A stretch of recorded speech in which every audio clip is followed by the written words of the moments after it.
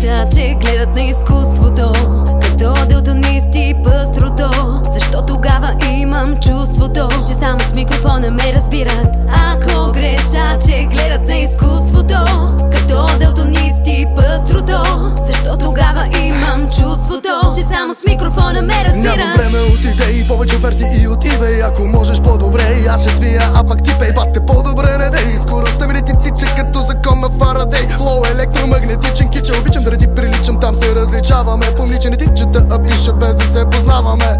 Имам за тебе, за него, за нея, време да слушам и време да пея. Песни в сянка и песни да грея, да пляскат умирам, да пляскат живея. Ще върша, мисли се, уж не смея се последен. И не случайно всеки трети пръст за теб е стреден. За да си направя път, използвам скила, други гребен. Да мога да бъда пореден, казах и ето, че станах вреден. И не разбрах защо е хейта, що ме слушате. Сякаш си купувате цигари без да пушите. Ден подир ден, 3 години подред разцепвам до последен ред на сцената с лице към теб.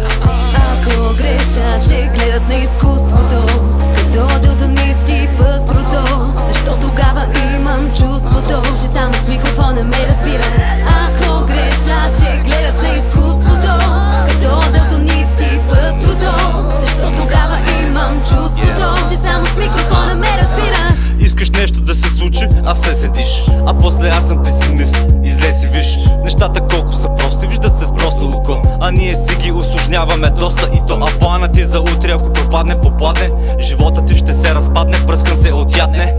Как може да сме толкова наивни? Някои с рога, а други направо с пивни. За мен най-големи тъпанари са тия, дето карат всеки момент по сценарий, по цял ден да повтарят като папагали какво са взели и какво са дали, разбрали?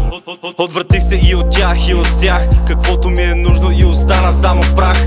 Радвам се на малките неща, като муха на троха. Меланхолия заключих я сама у дома.